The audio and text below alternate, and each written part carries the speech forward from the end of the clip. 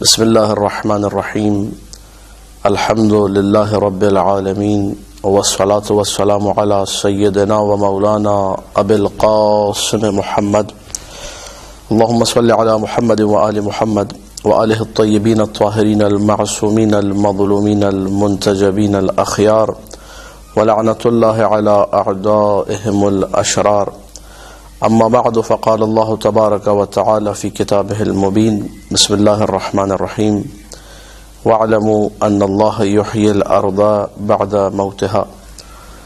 ناظرین کرام، جس کلپ کا آپ لوگ مشاہدہ کر رہے ہیں اس وقت امام زمانہ صلوات اللہ وسلامہ علیہ کی طرف سے وارد جو توقیعات ہیں، جو شیخ صدوق علیہ الرحمہ نے اپنی کتاب کمال الدین و تمام النعمہ میں ذکر التوقیعات کے باب میں ان توقیعات میں سے ایک توقیع کو ذکر کیا ہے، جو نواب اربعہ میں سے آخری نائب کے لیے توقیع صادر ہوئی تھی۔ میں اجمالاً قبل اس کے کہ توقیع کسے کہتے ہیں اور یہ کب صادر ہوئی اور یہ کیا ٹائم پیریڈ تھا، تھوڑا سا خلاصہ اس کا آپ کی خدمت میں عرض کر دوں۔ امام زمانہ صلوات اللہ وسلام علیہ کی ولادت کا جو زمانہ ہے سن 255 ہجری ماہ شعبان المعظم کی 15ویں تاریخ، جس کی سحر کے وقت آپ اس دنیا میں تشریف لے کر آئے امام حسین عسکری علیہ السلام کے گھر میں۔ 5 سال کے قریب اپنے والد ماجد کے دامان مطہر میں پرورش پاتے رہے، اور اس کے بعد جب 5 سال کے بعد سن 260 ہجری میں امام حسین عسکری کی شہادت ہوتی ہے تو اسی دن سے غیبت صغرا کا آغاز ہو جاتا ہے، جو سن 329 ہجری تک یعنی 69 سال تقریباً یہ سلسلہ جاری رہتا ہے۔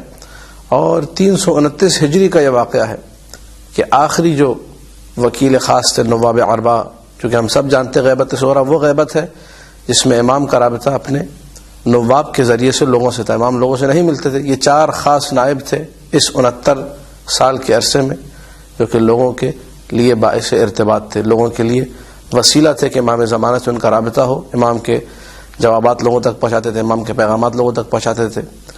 جب یہ 329 ہجری کا سن آیا اور علی ابن محمد الثمری کو ایک توقیع صادر ہوتی ہے، اس کو شیخ صدوق نے اپنی کتاب کمال الدین و تمام النعمہ میں ذکر کیا ہے، اور یہ وہ عرصہ تھا کہ جب علی ابن محمد الثمری کے موت سے 6 دن قبل یہ توقیع صادر ہوئی، اور یہ توقیع خود امام کے عالم بالغیب ہونے پر بھی دال ہے، جو ہمارا شیعوں کا عقیدہ ہے کہ امام اتنا غیب جانتا ہے جتنا اللہ کی طرف سے اسے ودیعت کردہ اور عطا کردہ ہے۔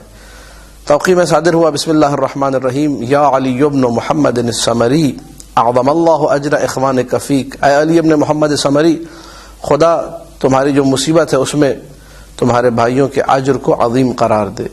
فانک میت ما بینک و بین 6 ایام، اے علی ابن محمد ثمری، 6 دن کا وقت تمہارے پاس ہے، 6 دن کے بعد تمہاری وفات ہو جائے گی، تم اس دنیا سے چل بسو گے۔ فاجمع امرک، اپنے کاموں کو سمیٹو، ولا توص الی احد، کسی کو وصیت نہ کرو، فیقوم مقامک بعد وفاتک، جو تمہارے بعد تمہارا جانشین بن سکے۔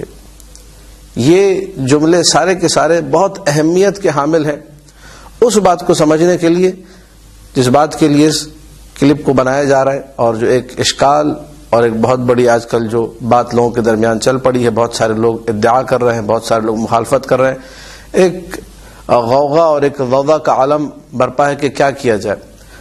جو ادعا کر رہے ہیں وہ بھی اسی توقیع کو، جو توقیع آپ کے سامنے تلاوت کی گئی بھی اس کو پڑھا گیا، وہ بھی اسی سے استناد کرتے ہیں۔ جو نہیں مانتے اس کو وہ بھی ادعا کیا ہے؟ ادعا کرنے والے کا کہنا یہ کہ جو بھی زمان غیبت کبریٰ میں، جو ابھی اس توقیع کے اندر بھی اس کا ذکر آئے گا کہ مولا نے فرمایا کہ اب جو ہے فقد وقعت الغیبۃ التامہ، اس توقیع میں کہا علی ابن محمد ثمری سے، یا بعض نسخوں میں فقد وقعت الغیبۃ الثانیہ، دوسری غیبت صغرا کے بعد دوسری غیبت واقع ہو گئی ہے۔ اور ممکن ہے اس کو بعض لوگ جو کبریٰ کہتے ہیں کہ احتمال یہ ہو کہ یہ بھی صغرا ہو، اس قرآن کی آیت کے تحت انہم یرونہ بعیدا ونراہ قریبا، لوگ اسے دور سمجھتے ہیں کہ بھائی ظہور بہت دور ہے، لیکن یہ بھی قریب ہے، تو یہ بھی صغرا ہی کی ایک قسم ہے، لیکن بالنسبہ پھر بھی اسے کبریٰ کہا جائے گا، کیونکہ اس کا عرصہ پچھلی والی کا 69 سال تھا، اس کا عرصہ یقیناً بہت زیادہ ہے۔ تو یہ ایک احتمالات بہرحال اپنی جگہ پہ موجود ہے۔ غیبت ثانیہ یا غیبت تامہ یعنی غیبت کبریٰ جو ہے مکمل غیبت واقع ہو گئی ہے۔ فلا ظہور اب اس کے بعد کسی کے سامنے کوئی ظہور نہیں ہوگا، نہ نائب خاص، نہ نائب عام، نہ کوئی اور شخص، الا بعد اذن اللہ تعالی ذکرہ، مگر یہ کہ جب خداوند متعال کا اذن آئے گا۔ یہ جملے ادا کرنے کے بعد میرے مولا نے کہا وَذَلِكَ بَعْدَ طُولِ الْأَمَدِ وَقَسْوَةِ الْقُلُوبِ وَقَسْوَةِ الْقُلُوبِ وَامْتِلَاءِ الْأَرْضِ جَوْرًا، یہ ظہور کب ہوگا؟ جب مدت بڑی طویل ہو جائے گی، غیبت کا زمانہ عرصہ بڑا طویل ہو جائے گا، شیعیان خلص ہوں گے جو آخری دم تک امام زمانہ کے عقیدے پر، عقیدہ مہدویت پر قائم و دائم رہیں گے اور اس کامیابی اور کامرانی کو اپنے دلوں میں سمیٹے رکھیں گے۔ اسی لیے غیبت کی جو بعض دعائیں ہیں جو مفاتیح الجنان میں شیخ عباس قمی نے نقل کی ہیں، بار الہ مجھے ان لوگوں میں سے قرار دے جو لوگ غیبت امام زمانہ میں شک نہیں کرتے۔ اب دیکھیے اس کلپ کا جو مقصد انتہائی واضح اور آپ کے سامنے آیا ہو کر آ جائے گا جب ان چند جملوں کی ہم لوگ وضاحت کو سمجھیں گے۔ جب مولا نے یہ فرما دیا کہ ظہور نہیں ہوگا مگر یہ کہ طول الامد، ایک طویل عرصہ گزر جائے، وقسوۃ القلوب، لوگوں کے دل سخت ہو جائیں گے۔ دلوں کا سخت ہونا کنایا ہے، اس کی بھی تھوڑی سی وضاحت کر دیں۔ امام رضا علیہ الصلوۃ والسلام نے فرمایا تھا ایک حدیث میں ما جفت الدموع الا لقسوۃ القلوب وما قست القلوب الا لکثرۃ الذنوب، لوگوں کے آنسو خشک نہیں ہوتے، لوگوں کے دلوں سے رقت ختم نہیں ہوتی مگر یہ کہ جب سنگ دل ہو جائے، اور اس وقت تک سنگ دل نہیں ہوتے جب تک گناہ نہ بڑھ جائے۔ قسوۃ قلب کنایا ہے اس سے کہ گناہوں کا زور شور ہوگا، گناہ حد سے زیادہ بڑھ جائیں گے، گناہ کثرت سے ہوں گے۔ اس کے بعد فرمایا وامتلاء الارض جورا، چاروں طرف زمین میں ظلم اور جور، چاروں طرف زمین میں لوگ ایک دوسرے کے خلاف بربریت، لوگ ایک دوسرے دہشت گردی کریں گے، ساری کی ساری چیزیں جو کہ آخری زمانے کی نشانیوں میں سے۔ یہ جملے سارے کے سارے کہنے کے بعد اب مولا نے کہا یہ ہمارا یہاں سے اصل کلام اب شروع ہو رہا ہے۔ جو بھی اس عرصہ غیبت میں، جو غیبت تامہ ہے، غیبت ثانیہ ہے، ادعائے مشاہدہ کرے، مجھے دیکھنے کا ادعا کرے، تو یہ شخص جھوٹا ہے، یہ شخص کذاب ہے، یہ شخص مفتری ہے امام کے بقول۔ لوگوں نے کہا بھائی زمان غیبت کبریٰ میں جو ادعا کیا گیا اس توقی کو سند بنا کر، مصدر بنا کر، اصلاً امام کو دیکھنا حرام، ممنوع، باطل، درست ہی نہیں ہے، کوئی امام زمانہ کو نہیں دے سکتا۔ کیوں؟ کیونکہ امام زمانہ نے یہ کہا فمن ادعا المشاہدہ، جس نے ادعائے مشاہدہ کیا، فہو کذاب فہو مفتری، کذا و کذا، وہ کذاب ہے، مفتری ہے، اس کی بات کو سچ مت سمجھو۔ اب سوال یہ ہے کہ ایک طرف یہ توقی ہے، ادعا کرنے والا کہہ رہا ہے جتنے بھی واقعات ہیں سارے جھوٹے ہیں، سارے واقعات غلط ہیں۔ عجیب، علامہ مجلسی نے بحار الانوار میں 13ویں جلد میں تشرفات کا ایک بڑا سلسلہ ذکر کیا ہے۔ مرزا حسین نوری طبرسی نے النجم الثاقب میں ایک بڑا سلسلہ ذکر کیا ہے۔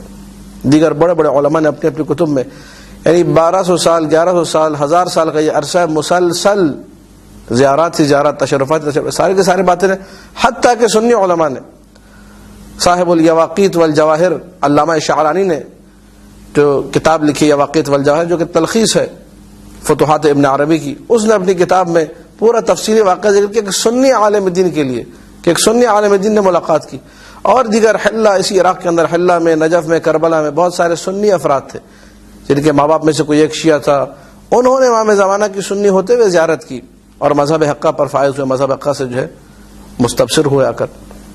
تو یہ سارے کے سارے واقعات کدھر جائیں گے؟